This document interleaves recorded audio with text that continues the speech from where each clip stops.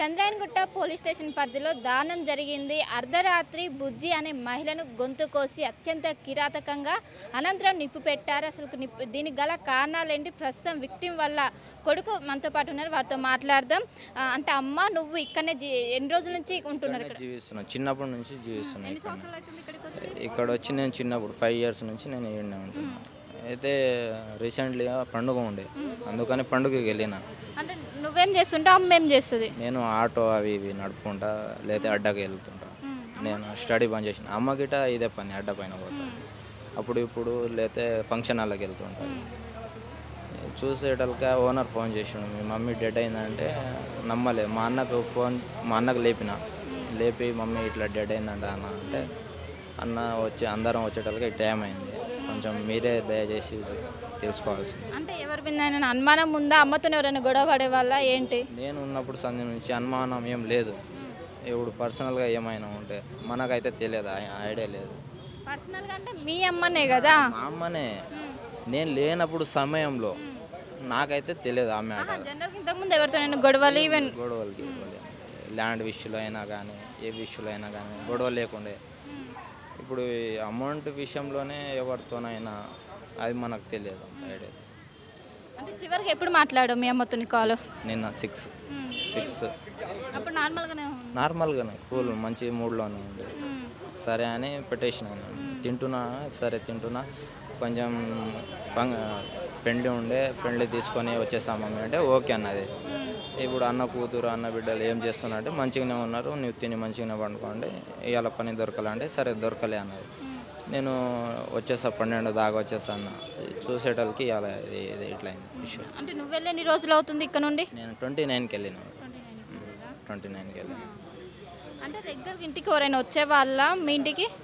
ఎవరు రాకుండా, నేను ఉన్నప్పుడు ఎవరు రాకున్నాడు. అంటే రెంటెడ్ హౌసా? రెంటే కిరాయి. అంటే ఓనర్స్ గుట్లా ఏమైనా చెప్పారు? ఎవరైనా ఇంటి లోపలికి వచ్చినట్టు ఏమైనా? ఓనర్ ఏం చెప్పాలి, క్లూ ఏమి ఇవ్వలే ఓనర్. ఖాళీ ఇది మాత్రమే క్లూ ఇచ్చిండు, డెడ్ అయింది. అంటే ఎవరైనా పగబెట్టుకొని చేశారనుకుంటారు, ఏం చెప్తారు? అంటే ఎవరు చేసి ఉంటారని మీరు అనుకుంటున్నారు? ఇప్పుడు గంజాయి తాగేటోళ్ళు, ఇప్పుడు చుట్టుపక్కల ఎవరైనా పైసలు ఉంది వీళ్ళ కాడ ఎవరు లేరు, ట్రై చేద్దామని చేసి ఉంటారు. ఇన్ని రోజుల నుంచి ఎప్పుడు జరగలే, ఇప్పుడు జరిగిందంటే అది ప్లాన్ ప్రకారమా, అయితే ఎవరైనా తాగి చేసిండ్రా, ఎవరైనా అట్లా ఆటో. అంటే మీరున్నది ఎన్నో ఫ్లోర్?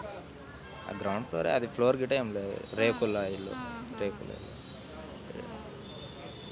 సో రెగ్యులర్గా అక్కడ గంజాయి ఇవన్నీ తాగుతుంటారా? తాగుతుంటారు. ఆ గంజాయి సో మమ్మీ ఒకటి ఉన్నదని అట్లా చూస్తుండొచ్చు. సీసీ కెమెరాలు ఏమైనా ఉన్నాయా దగ్గరలో? కెమెరాలు లేకుంటే దొరుకుతారు వాళ్ళు. దొరకకున్నా కానీ మీరు ట్రై చేయాలి, మీ వల్ల ఎంత. పోలీసులు ఏం చెప్తున్నారు? ట్రై చేస్తామంట, పట్టుకుంటాం, పక్కా ట్రై చేస్తామంట, పోస్ట్ మార్టంకి వెళ్దామంటారు. సరే ఓకే. నేను మమ్మీ ఎవరు లేరు. ఇప్పుడుకైతే నేను ఒంటరి అయిపోయాను. బుజ్జికి నేను భావన అవుతానమ్మా. బుజ్జికి మా సొంత ఊరు ఇప్పలపల్లి, నాగర్ కర్నూలు జిల్లా, పదరా మండలం. పదరా మండలం అమ్మ అది. అయితే ఇప్పుడు మా తమ్ముడు బుజ్జి భర్త, మా తమ్ముడు రూప్లా నాయక్ అని ఇప్పలపల్లి. అయితే ఆయనకు 2 భార్యలు, ముందు భార్య చచ్చిపోయిన తర్వాత 2వ భార్య ఉండి ఒక అబ్బాయి పుట్టిన తర్వాత 5 సంవత్సరాల తర్వాత మళ్ళీ మా తమ్ముడు చనిపోయాడు. ఇంకా పొట్టతెరుగు బ్రతుతెరుగు కొరకు వచ్చి హైదరాబాద్లోనే ఉంటుంది మా మరదలు.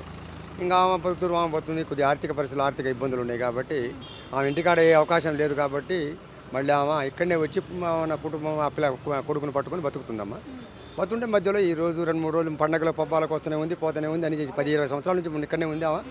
వస్తుంది పోతుంది. కానీ ఈ మధ్యలో అబ్బాయి మా దగ్గర బొడ్రాయి పండుకుంటే అబ్బాయి మా దగ్గరికి వచ్చిండు. ఆమె కొద్దిగా ఆరోగ్యం బాగాలేక ఇక్కడ ఉంటానా ఇటువంటి ఘోరం జరిగిందమ్మా. ఈ ఘోరాన్ని మాత్రం ఎవరైనా సరే కొద్దిగా ఆమె మీద దయ ఉంచి దాన్ని వాళ్ళను చేసిన వాళ్లకు మామూలుగా కాదు, ఇంకో వేరే వాడి జరగకుండా కఠిన శిక్ష చేయవలసిందిగా నేను కోరుతున్నాను. మాకు అనుమానం ఏం లేవమ్మా. ఇప్పుడు సమస్యలు ఏంటంటే, ఇప్పుడు వాళ్ళు ఒక దగ్గర మేము ఒక దగ్గర ఉన్నాం. అనుమానం ఎట్లా చెప్తాం? ఒకరి మీద ఎట్లా చెప్తాం? ఆమెకు ఊళ్ళో పగలు లేవు, ఇక్కడ పగలంటే మనకు తెలియదు తల్లి. ఎందుకంటే ఇక్కడ మనం చూసేవాళ్ళం కాదు, చేసేవాళ్ళం కాదు. ఊళ్ళో పగలేం లేవు. ఇంకా ఇక్కడ సమస్యలు అయితే మనకు తెలియదు. లేకపోతే ఇక్కడ మన వాళ్ళు పొట్ట తిప్పల కొరకు వచ్చి బతుకుతారు అంతే. కానీ ఇంకా వేరే సమస్యలు అయితే ఏం లేవు. ఇంకేమన్నా ఉంటే ఇంకా వాళ్ళ పక్క వాళ్ళు ఇప్పుడు వాళ్ళ అమ్మ గొంతు కోసిండ్రు, ఇంకా చేయాల్సిన ఇంకేమేమి చేసిన ఇప్పుడు పోస్ట్ మార్టంలో అర్థమవుతుంది మనకు. ఏమైనా చేసిన అన్నీ చేసారు, చేయాల్సిన ఇంకా ఆడమనిషి కదా సార్, ఆడమనిషి కదా. ఇప్పుడు ఇంకా చేయాల్సిన చేసిన దుండగులు, ఆ దుండగులను మాత్రం కట్టి నాకు శిక్ష చేయాలని ఒకటి వాళ్ళని కోరుతున్నాను. మాకు రాత్రి తెల్లవారుజాము 3:30కి తెలిసిందమ్మా. మాకు ఎక్కడ వాళ్ళు ఉండరు రూమ్ దగ్గర, కానీ వాళ్ళు బీహార్ వాళ్ళు ఉన్నట్టు మొత్తం మొగోళ్ళు వాళ్ళు ఇంకా ఏమంటారు అంటే మాకు తెలియదు అంకుల్, వాళ్ళ మొత్తం రూమ్లో నుంచి మంటలు వస్తున్నప్పుడు మాకు తెలుసు. సైన ఏం పూర్తి ఏం కాలేదు, చూడలేదు ఇంకా, మేము చూడలేదు ఇంకా. మేము ఇంకా పోస్ట్ మార్టం పంపించారు, ఎక్కడికి మేము పోలేదు. శవం ఇప్పుడు దాకా శవం ఎక్కడ ఉంది ఎట్లా ఉంది అనేది కూడా మేము చూడలేదు ఇంకా. ఏదంటే స్టేషన్లోనే ఉన్నాం, స్టేషన్ నుంచి మాట్లాడుతున్నాం. అది సరిగ్గా విషయం. పోలీసు ఏమంటే వాళ్ళు ఏమన్నా మీకు ఏమన్నా ఇన్ఫర్మేషన్లు ఏమన్నా ఉంటే ఇవ్వండి, వాడిని మేము చేయాల్సిన కాడికి చేస్తున్నాం. ఇప్పుడు సీసీ కెమెరాలు కానీ వేరే అన్నీ కానీ జల్లెడ పెట్టినట్టు పడుతున్నాం. వాడిని వాడు బొక్కలో పోయి బెజ్జంలో పెట్టా కానీ మేము వాడిని వదిలిపెట్టాం, వాడిని కఠిన చర్య తీసుకుంటాం. కానీ మీకేమన్నా అనుమానాలు ఉంటే చెప్పండి, తొందరలోనే అయిపోద్ది ఆ పని. మేము ఇంకా కష్టపడే పని లేకుండా తొందరలోనే అయిపోతుంది అని మాట్లాడుతున్నారు వాళ్ళు. సీఏ వాళ్ళు, మా పోలీస్ స్టేషన్ సిఐ గారు కానీ ఎస్ఐ గారు కానీ డిపార్ట్మెంట్ కూడా మంచిగా మాకు సహకరిస్తారు, బాగానే ఉంది. వాళ్ళు డిపార్ట్మెంట్ వాళ్ళు కూడా మంచిగా సహకరిస్తారు మమ్మల్ని, ఏదో మనం తీసేయకుండా. సిఐ గారు కూడా మంచి సహకరిస్తుంది మాకు, మంచి చేస్తున్నాం. కానీ సిఐ గారిని కూడా వేడుకున్నాం, దీనికి మన ఇటువంటి వాళ్ళకు పేదవాళ్ళకి ఇట్లా జరుగుతుంది అన్యాయం జరుగుతుంది, కానీ వాళ్ళని కఠిన చర్య తీసుకోవాలి సార్, శిక్ష దించాలంటే. సార్ కూడా ఏమన్నా అంటే రాత్రి నుంచి నిద్ర లేకుండా మేము జల్లెడ పడుతున్నాం, సీసీ కెమెరా ద్వారా నుంచి కానీ వేరే సమస్యలు అన్నీ ఇన్ఫర్మేషన్ చేస్తున్నాం, ఎక్కడ జల్లెడ పెట్టిన పడుతున్నాం, మీరు ఇబ్బంది పడాల్సిన అవసరం లేదు. దొరికితే వాడిని మాత్రం ఇంకోసారి ఇక వేరే అవకాశం కూడా ఉండకుండా చేస్తామని అంటున్నారమ్మా. అది ఓకే.